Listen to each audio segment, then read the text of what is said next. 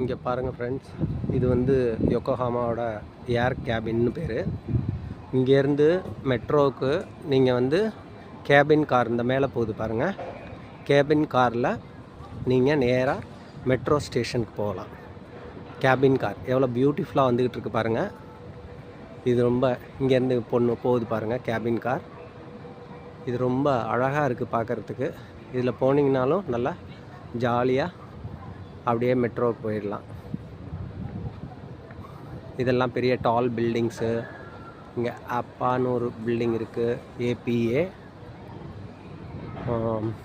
இங்கே 2044 இது ஒரு டைம் நவ் 2044, அதாவது 8:44. ஆனால் இது ராட்டினம் வந்து பெருசாக இருக்குது. இதில் யாராவது போயிட்டு ஜாலியாக அப்படி ரவுண்ட் அடிக்கணும் ராட்டினத்தில் அப்படின்னா நீங்கள் அடிச்சுக்கலாம். இதுதான் உள்ளதுலேயே ரொம்ப சூப்பரானதுங்க இந்த கேபின் கார். கேபின் காரில் நீங்கள் கண்டிப்பாக வந்தீங்கன்னா ட்ரை பண்ணி பாருங்கள். நல்ல அழகான ஒரு கேபின் கார். அந்த மேலே போகுது பாருங்கள் cabin car. Okay, thank you friends. நீங்கள் நல்லா என்ஜாய் பண்ணியிருப்பீங்கன்னு நினைக்கிறேன். இது ஒரு பெரிய ரிவர். இந்த ரிவரில் வந்து ஒரு போட்டு நம்ம கேரளாவில் வர மாதிரி ஒரு போட்டு ஒன்று வருது பாருங்கள்.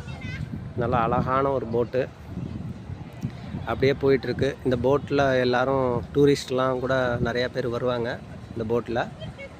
இது ரொம்ப ரொம்ப என்ஜாயபிளாக இருக்கும். நீங்கள் இந்த போட்டில் போகணுன்னாலும் போகலாம்.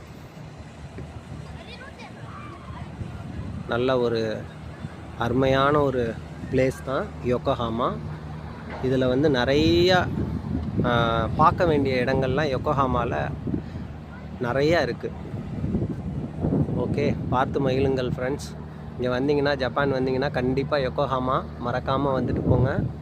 ஒரு சூப்பரான பிளேஸ் யோக்கோஹாமா. இந்த பிளேஸ்க்கு நீங்கள் கண்டிப்பாக உங்கள் டூரிசமில் யோக்கோஹாமா ஒரு பிளேஸ் ஆகிட்டு இருக்கணும். மறந்துடாதீங்க ஃப்ரெண்ட்ஸ். Okay, thank you.